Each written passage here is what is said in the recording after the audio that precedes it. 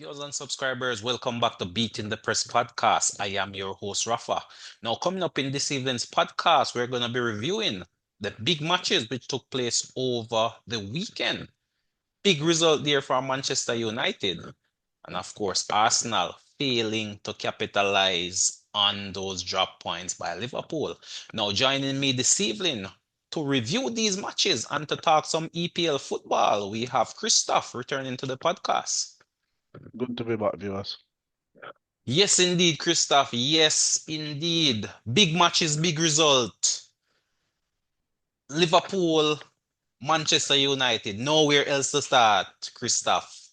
Shocking result, in my opinion, for Liverpool. It was a draw, but it felt like a loss. What says you about that game? I thought it was a really good game, really good watch for neutrals, definitely. I thought it was it's probably Amarin's best game as a Man United manager. It wasn't a small team that you would have expected to beat or something, but big result. Decent, yeah, good game from like the likes of Onana. Um, I thought before Liverpool scored their first goal. I thought Man United were the better team until Liverpool scored, but I you know, mean, it was Man U who took the lead, no, and no, yeah, yeah, but we're not talking about the lead. We're talking about how they were playing and chances creating and the energy levels. right, Man right, right. United looked the stronger team until Liverpool scored, in my opinion. Gotcha. Yeah, I mean, definitely, I would say this is probably Manchester United best game in a long time. And it seems as if they rise to the occasion, Christoph, whenever they're playing against big teams, whenever they are against the odds. And I thought the weather condition, to be honest, Christoph, from I saw that snow on the pitch, I was saying, hey, you should call this game off. I mean, safety of the fans, safety of the players. But the I don't think EPL there was. decided to go ahead, and I don't. immediately I was thinking sabotage. I don't think there was enough snow for the game to be called off. Well, it's not even the pitch, but it's yeah, I'm hearing it was the safety concerns of spectators that was more deafening in terms of this game being postponed. But it was not to be. But again, the Safety in terms conditions, of I what, believe, by the didn't way? really help Liverpool. Safety in terms of what? Well, safety in terms of, I guess, transportation, movement of the funds from the stadium to maybe the train station or whatnot. That was what I was hearing over the news, that there were concerns regarding the safety of the spectators. Of course, modern pitches possibly underheating. Of course, you have the ground staff, which can easily clear snow and all these things. But to be honest, I just got a bad feeling from I saw snow on the pitch. That's pretty much it. Did The that bad omens were there. did that bad feeling fade when Liverpool went 2-1 up? The bad feeling didn't fade because, as we have spoken on several occasions, Liverpool defense have been leaking of late. Ever since Kanate went down injured, this was his first game back. Granted, he had a decent enough game, but it hasn't been the same Liverpool. And of course, Manchester United seem as if they decided to attack down the right-hand side, pressurizing Trent Arnold-Alexander, in all honesty, doubling up on his side and really attacking the right side of the Liverpool defense to good effect. I mean, it seemed as if both goals stem from play down that side, the left-hand side of Manchester United, the right-hand side of Liverpool, and that seemed to have been the plan of Amarin to really attack Trent. And uh, it wasn't his best game, but again, you're talking about professional players. I mean, against any defensive unit, if you're doubling up or tripling up on one player, then the result may very well be the same. But we all can, I mean, I'm hearing a lot of fanfare that, trend head has turned by Real Madrid and not a good defender. I mean, these are things which are already known. Everyone who watches football should know Trent isn't the best of defenders, but his attacking prowess tend to overshadow his defensive fragilities. So this is nothing new. I'm not sure what the hype is all about, in all honesty. As I said, it seemed to have been the link I with Real Madrid. I think maybe it's just the sensationalization by the fans and the media because he was already linked to Real Madrid in the summer and nobody was saying anything about his playing then. So it's just a case of, he's not the best defensively. So when you double up and triple up on him, he's going to make mistakes. So that is Yeah, what and we he's saw. And gonna it look was exposed as well. right. So it was very Especially smart. based on how Liverpool also plays, where he tucks inside that midfield. At times, he's gonna get caught out. That's why Kanate, I thought, had a very good game in terms of covering those spaces left in behind, especially on the right side. If you notice, when Liverpool defends, he is the more mobile of the two centre backs. In all honesty, he is the one going out on the right hand side to really cover for Trent, and then Van Dijk maintains the middle of the park. But good game by Manchester United, I would say. Not the best of games, especially from an attacking perspective by Liverpool. But even when obviously they're not playing well, and Manchester United really isn't a good measure to go by,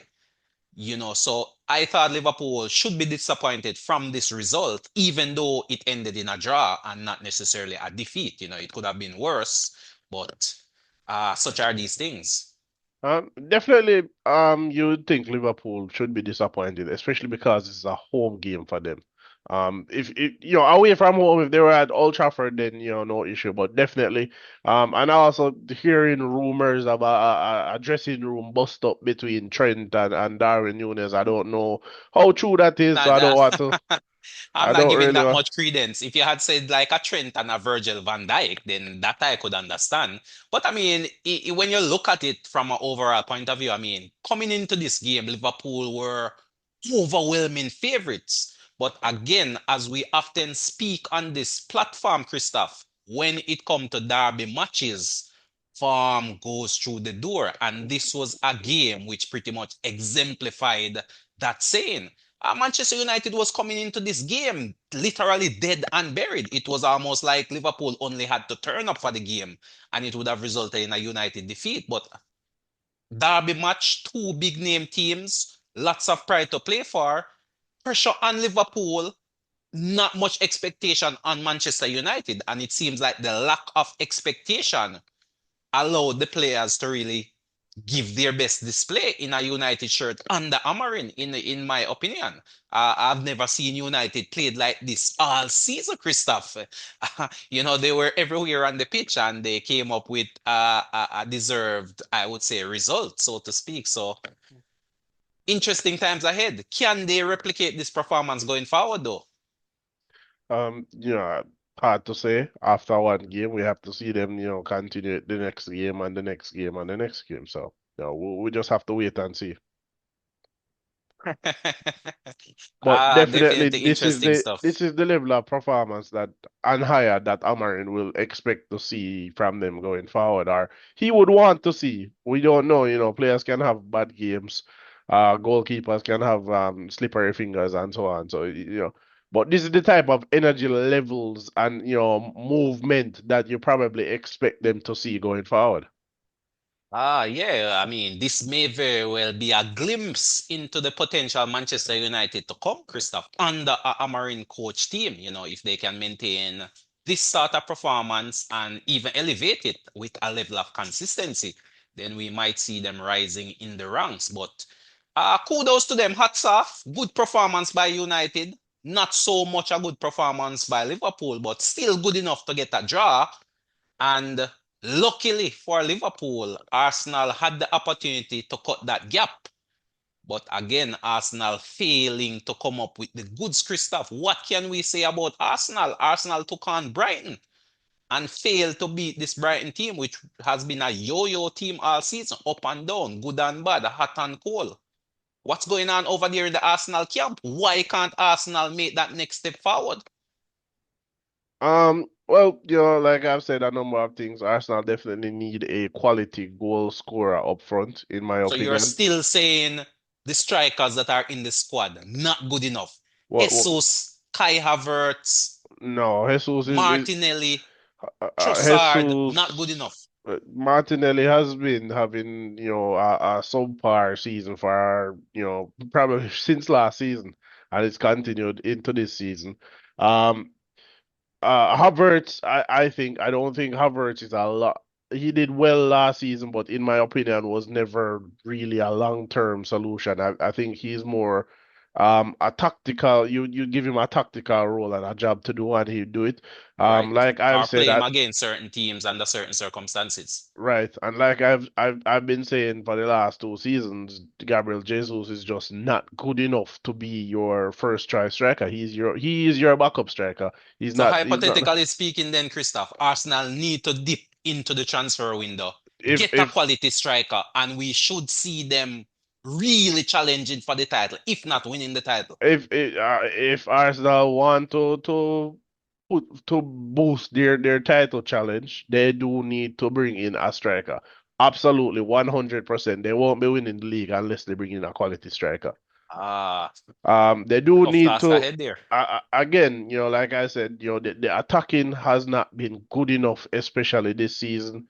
I do understand that teams do play low blocks against Arsenal and they're defending Yeah, but with that's against with any 10. top team in the league, Christoph. That's Right, a right. Liverpool situation week in, week Right, out. right. But the fact that you do not have a top striker up front, you don't have a point man, somebody to play into somebody Well, who what these would you say defenders though, are afraid. Christoph, is the difference between a Liverpool attack and an Arsenal? Because you could say they are quite similar. I mean, Liverpool doesn't really have a point man or a out and out 20 goal a season striker, centre forward, number nine. But you could say Saka and Salah seemingly, let's say, cancel each other out in terms of productivity. What's really the difference between the two attacks? I mean, we see Liverpool Finishing, boosting the finishing. best attack in the The league the currently. the, the Liverpool finishing since Jurgen Klopp took over has been probably the best or second best in the league since then till now. Liverpool is just excellent at finishing for some reason. So are you saying both teams are creating similar chances? It just boils down to who is executing that finish. Well, I don't know the numbers behind Liverpool's creativity. Liverpool does, however, score, you know, a lot of the chances that they get, right? As for Arsenal they do last season. Arsenal, at the beginning of the season, you recall me saying that I didn't think the attack was very good. The defense was excellent last season, but attacking wise, they looked poor. However, Arsenal did go on to break their goal record that season. But Arsenal created so many gilt-edged chances last season that were missed. It begs to me what would have happened had they had a quality goal scorer to convert these chances. Mm. We would have probably seen like potentially a new record in goal scoring, but the number of chances they created last season was very high, no goal scorer. This season, they're creating the chances, same thing. There's nobody finishing these chances. They are not creating the number of chances that they did um last season, Previously. however, or the quality of chances is not the same. It's definitely a lesser quality this season. So it tells me that there needs to be some freshening up in the attack. Something needs to change there, Mm. and they need to generate more chances. All right, so we are in the January transfer window, Christoph. Let's talk solution. Who can Arsenal legitimately get to solve this goal scoring issue and boost their title credentials, as you said? Who legitimately can Arsenal get in this window if they mean business in terms of taking this team to the next level? Who are But the names out there?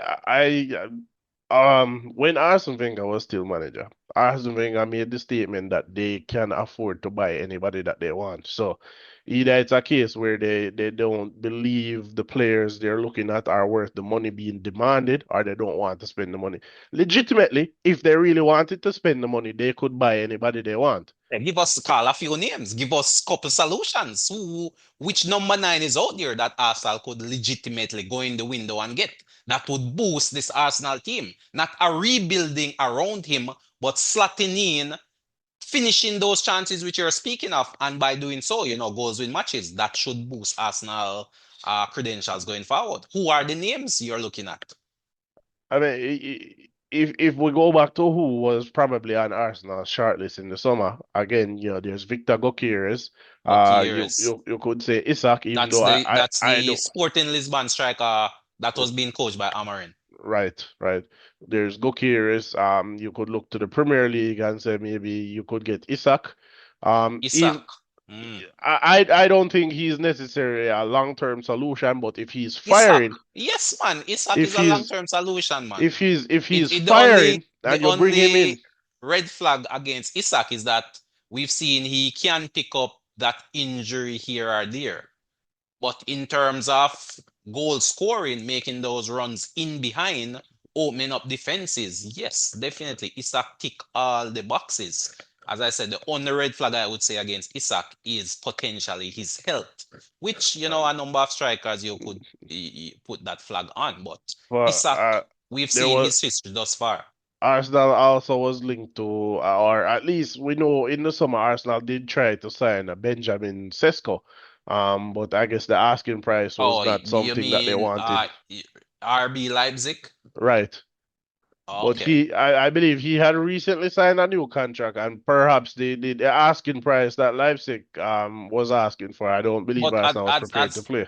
as far as I'm seeing now, out of those names, the only potential target I would say, or realistic target, would be Gokieres.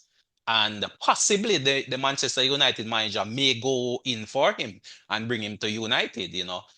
He's the only name that you called out of the three that I could see uh moving the needle, so No, to speak, if he was to be signed. those are targets that Arsenal identified. I don't think they should go for any of those. I think So they should go. who I think they should sign. I think they should sign Harry Kane.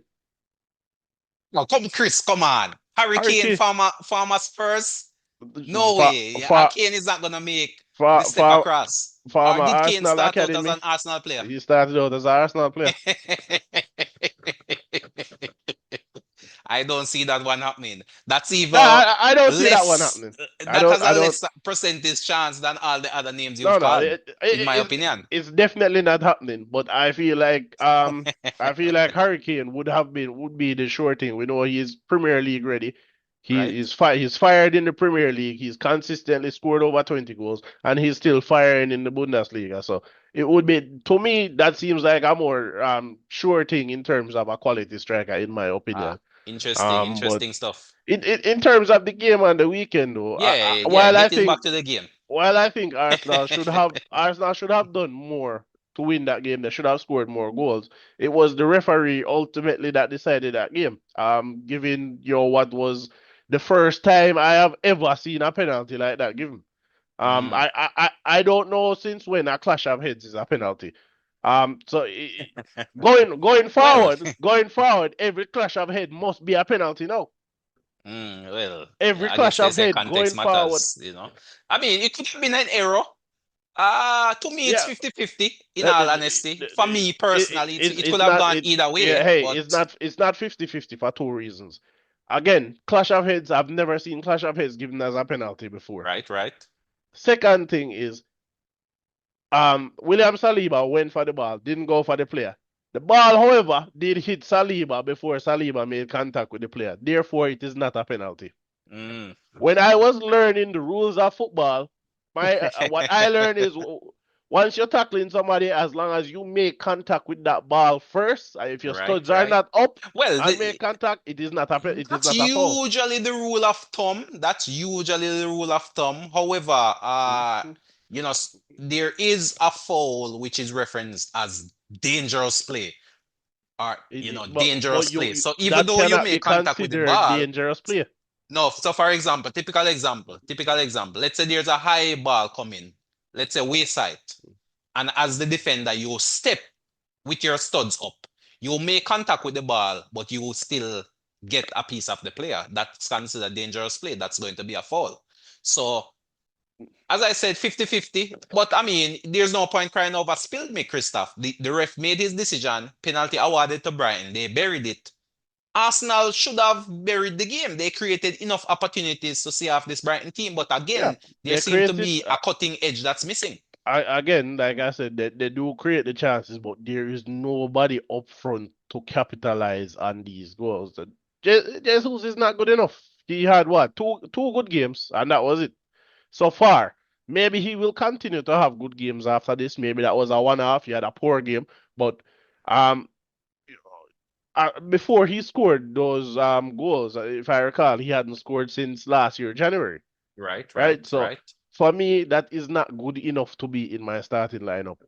All right, I have no idea how Mikel Arteta managed to go the entire summer transfer window and said, you know what, Jesus, who has not scored from January, is good enough to continue as my main striker.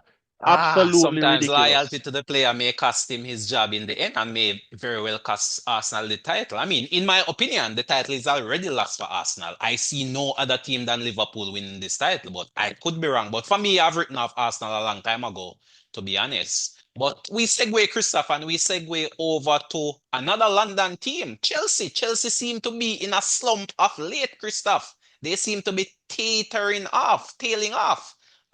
Drawing 1-1 with Crystal Palace over the weekend. What can we say about this Chelsea team?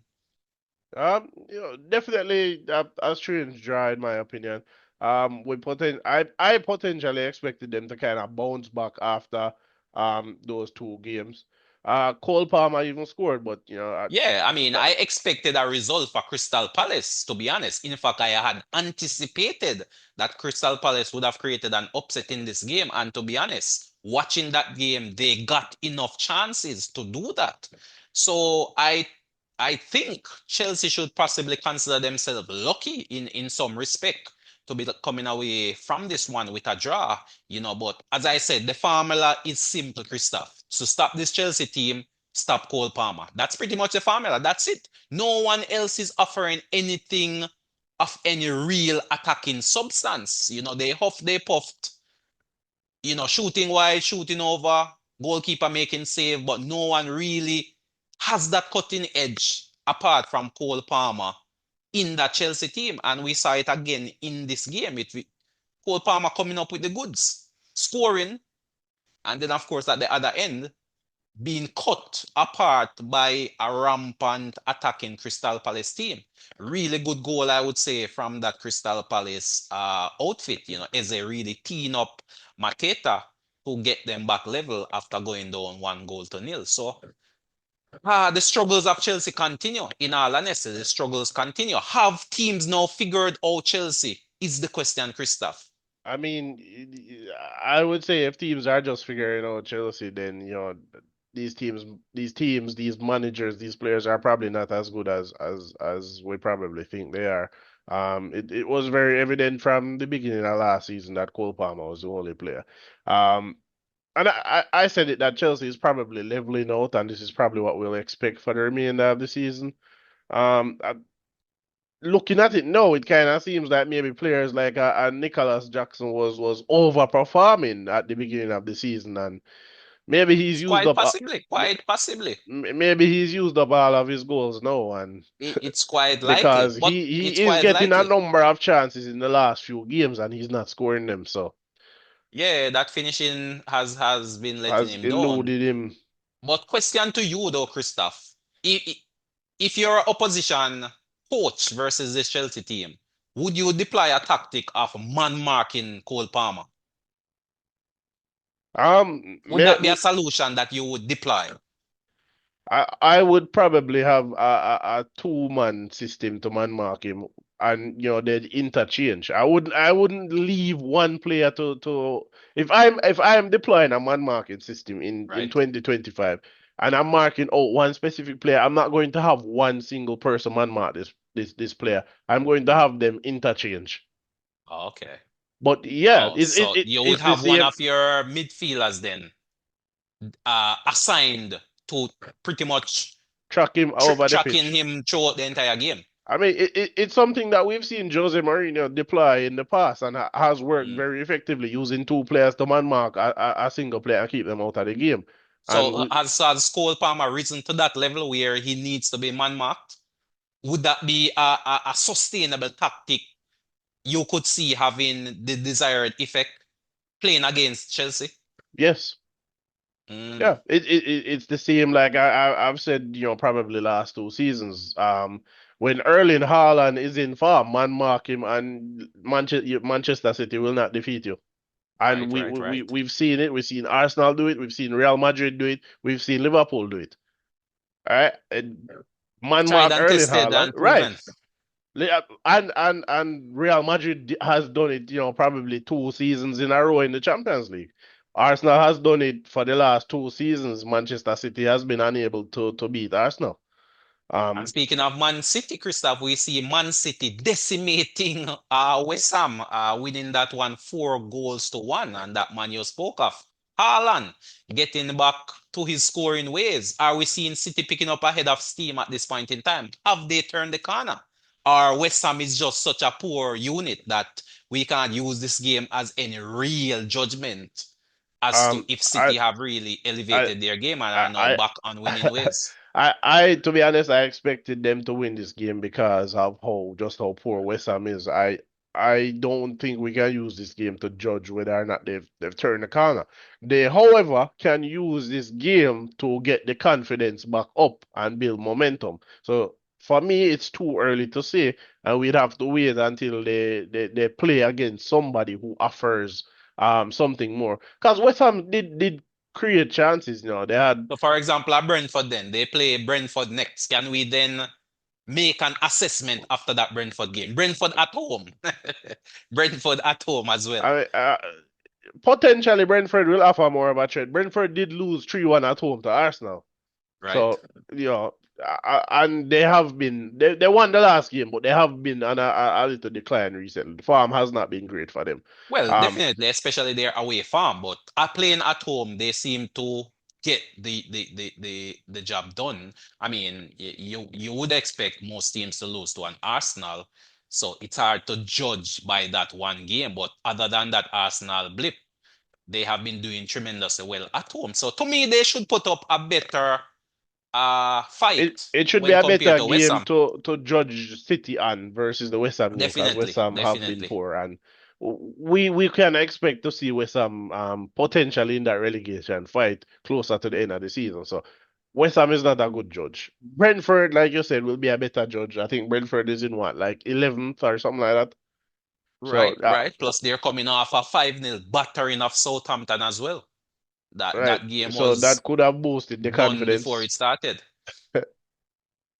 to be honest. And Southampton look really gone, to be honest. I think Southampton is just preparing for life in the championship at this point in time. And I think other teams will definitely have big scores against them. So look out for that. I think Southampton is just having a preseason for life in the championship, in all honesty. Unless they probably can dip into that transfer window and somewhat freshen up this team, give this team an extra boost by bringing in some fresh, hungry players. I don't really see them escaping this relegation. And another very interesting game I saw, I think they Christoph. should save the funds. I don't think that it can be salvaged because you're going to bring in players who are coming in to play for a Premier League team, potentially somewhat high wages. Then you're going to drop down Well, to the you could Championship possibly have a clause in their contract that if they're relegated, then they would be sold or allowed to leave. So or it's take a possible pay cut.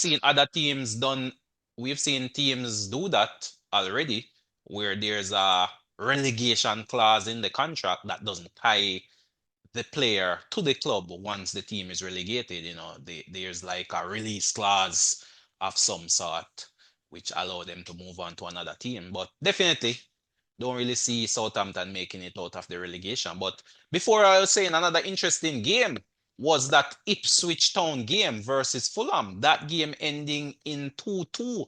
And we saw a plethora of penalties in that game, Christoph. We saw what? Three penalties, I Three believe. penalties. Two to Fulham and one to Ipswich Town. What was your take on that game? And talk to us about those penalty decisions. Were they erroneous or did the referee get them spot on? No, I think they were all penalties. I think the correct decision was made in that Well, I one. mean, for the first penalty, for example, no penalty was given. The referee had to go to the monitor Oh, well, and in then that case, overturn yeah, his original definitely, decision. That one definitely, versus Wilson. yeah, definitely that was a really big error because the referee was also right there. Definitely strange, but when you review it, it was definitely a penalty. Yeah, for Um, sure. I concur. I concur. I thought, however, though, that the penalty for Ipswich, Dillap, I thought that was the softest of the three, in all honesty. I thought Dilap sold that penalty to the ref, and probably under different circumstances, it may not have been given. No, perhaps, but I kind of feel like the referee was being kind Because of that one was the second penalty. He had given uh Fulham the first penalty, and right. then that call was the second penalty. So sometimes it's sentimental. You gave a Right, penalty at because one end, yeah, it's that's almost what as I'm if you saying. find a way to give a penalty at the next end. That's what I was saying. Like I feel like the referee was trying to be fair in that he gave this a penalty here. So for a similar thing, maybe Right. softer but similar. So it was about being fair in my opinion on that one. Yeah, and I mean, interestingly, Fulham, Christoph, is slowly chipping away. I believe this is Fulham's eighth game unbeaten currently. Granted, all of these 8 games haven't been W's, but they are on a 8 game unbeaten run.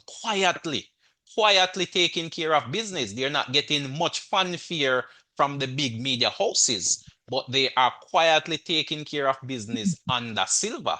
And to me, at this stage of the competition, it's no longer any talks or thoughts about relegation. It's now a matter of how high can we finish in the table. So Fulham at this point in time is actually looking up rather than looking over their shoulder, and they are quietly getting the business done. I must commend Silva for doing a tremendous job. I mean, And speaking of, yeah, I never thought Fulham was going to get relegated this season, given the signings that they made. I thought they made really good signings in the summer, and they've come together well so far this season, combining well, playing well. They were never on my relegation chopping block, to be honest. and I must give a shout out, Christoph. Nottingham Forest played their fixture today, and they run away 3-0 winners over Wolves. And they have jumped up in the standings, Christoph. I mean, Liverpool plays Nottingham Forest in their next game, and you could classify that one almost as a top of the table clash. Uh, that should be a very interesting game. That may provide Arsenal, I think, with a potential opportunity to really take the fight to Liverpool. Uh, because Forest is neck and neck with Arsenal. Both teams are on 40 points. Who would have thought at this stage of the competition that Nottingham Forest would be flying so high in the EPL? They are 40 points, 6 points off league leaders Liverpool, and they face each other next, which could potentially cut that gap down to three. It's definitely probably shocking. I think it's like you said, they're really running on that momentum is carrying them. I think this will be a good test to see what Nottingham Forest is made of. Could they win? Will they get a draw? Would a loss be But can we start catastrophic talking for about them? Nottingham Forest winning the title, Christoph? Is that too stretch? Is that too far a stretch? I mean, the big media houses will probably not even discuss it. I think you Well, have to I'm count. discussing it here and beating the press before I, those big media houses pick up that headline. Can I Forest win the league? I mean, we've seen Leicester run all the way to the line on the adrenaline and that momentum. I Could think you Forest have to fall into a consider. similar mold? I think you have to consider them as title contenders at this stage of the season. Nobody expected this where they are. Nottingham Forest was in that relegation zone for much of last season. Then managerial change, and they have been excellent um all season. I can they win the title? Yeah, mathematically they could. It's more a matter of staying power. Will that momentum run out? Will they fall off? They can. They can win the title mathematically. Arsenal can still win the title mathematically. It's really just winning game by game. Are they likely to win the title? I don't know. I don't know what the odds people What are says you giving though? them. I mean, from your viewing perspective, what sort of chance do you give a Nottingham Forest? Do you give them a similar type value as a Leicester when Leicester made their run, or looking at comparing both teams, comparing that Leicester team and comparing this Nottingham Forest team, which would you say? is a better team overall. That Leicester team was really really good. They had some very some hidden gems in that team, if you recall. Conte, Right, Mahrez, Vardy, I believe, was even leading goal scorer that season, right, and right. Vardy was really just scoring for fun all season. I recall But he but was I mean, if you he if you destroyed if Liverpool in two. but if you look at this Nottingham Forest team, Christoph, I would say to you there are some stark similarities. Chris Wood right now is just scoring for fun. So Chris Wood could be likened to Vardy. Then No, of not course, Chris Wood, definitely not at the level that Vardy was at. Vardy well, was I'm that's just saying, Chris Wood that's currently is up there as one of the top strikers in the league. He is getting the goals. He was even on the score sheet today. And then, of course, you have the wingers, the Gibbs White, the Ilanga, and Ilanga could easily be likened to potentially Amares, for example. So to me, there are some similarities between these two teams, and I'm not sure. It would be very interesting if in our lifetime we saw another what you could $1 million shot team lift the EPL ahead of these big guns, which have been waiting years upon years to really stamp their name on another EPL title. This would be almost embarrassing to the likes of Arsenal, for example, Christoph, who has been working on this project for 4, 5, 6 years and have spent millions, and some teams have even spent billions of dollars when compared to the budget of a Nottingham Forest, for example. definitely it would be very embarrassing. In my opinion, if Nottingham Forest were to go on and win the league, if I was the owner of all of these top teams, there would be a lot of firing going on. I would fire if I was Arsenal owner, Nottingham Forest. If Nottingham Forest even finishes above Arsenal, in my opinion, Mikel Arteta should be fired. Ah, If interesting if stuff. no si- if no silverware is delivered, I would Right, right. uh, definitely the same, in my opinion, for a Pep Guardiola, for your Chelsea, and this is the same for Liverpool, because Liverpool has been leading the league all season to then concede it to Nottingham Forest. Slot would be getting fired. Arteta would be getting fired. I would be Well, firing everybody. there you have it, viewers and subscribers. There you have it. We can't have a better note on which to end this evening's podcast here on Beating the Press. But thanks again, Christoph, for really coming on board and sharing your thoughts and your opinions. Viewers and subscribers, thank you again for tuning in to us here on Beating the Press podcast. Please continue to help us to grow by sharing, and if you haven't subscribed as yet, hit that subscription bell. Leave us your comments on what you think of this weekend's action. Can Liverpool lift the title, or will an outsider such as Nottingham Forest run away with it? But until next time, this is Rafa signing off.